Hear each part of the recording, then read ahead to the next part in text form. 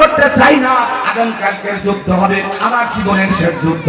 এই যুদ্ধে আমি একজন নয়, দুইজন নয়, 1000 নয়, 2000 নয়, আমি 60,000 সৈন্য পাঠাতে চাই। আর খালিদ বিন ওয়ালিদকে জ্যান্ত ধরে আমার দরবারে হাজির করা চাই। চিৎকার দিয়ে বলুন নাউজুবিল্লাহ।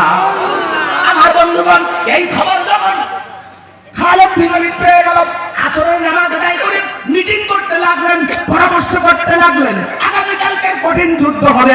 এই যুদ্ধে কিভাবে বিজয় লাভ করা যাবে। এমন অবস্থায় দূত এসে খালিদের কাছে পত্র দিল।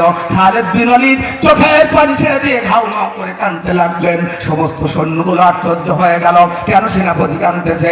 কিছুক্ষণ পরে একটা আনন্দের হাসি এসে বললেন, এই মুহূর্তে হযরতে আবু বকর রাদিয়াল্লাহু তাআলার ইন্তেকাল হয়ে গেছে, আর এজন্য আমি হাসলাম। ওমর ফারুক খিলাফতের আসনে বসেছে। আজকে বাংলাদেশের যে অবস্থা চলতেছে, ওমর ফারুকের মতন একজন নেতার প্রয়োজন আছে, ঠিক কিনা?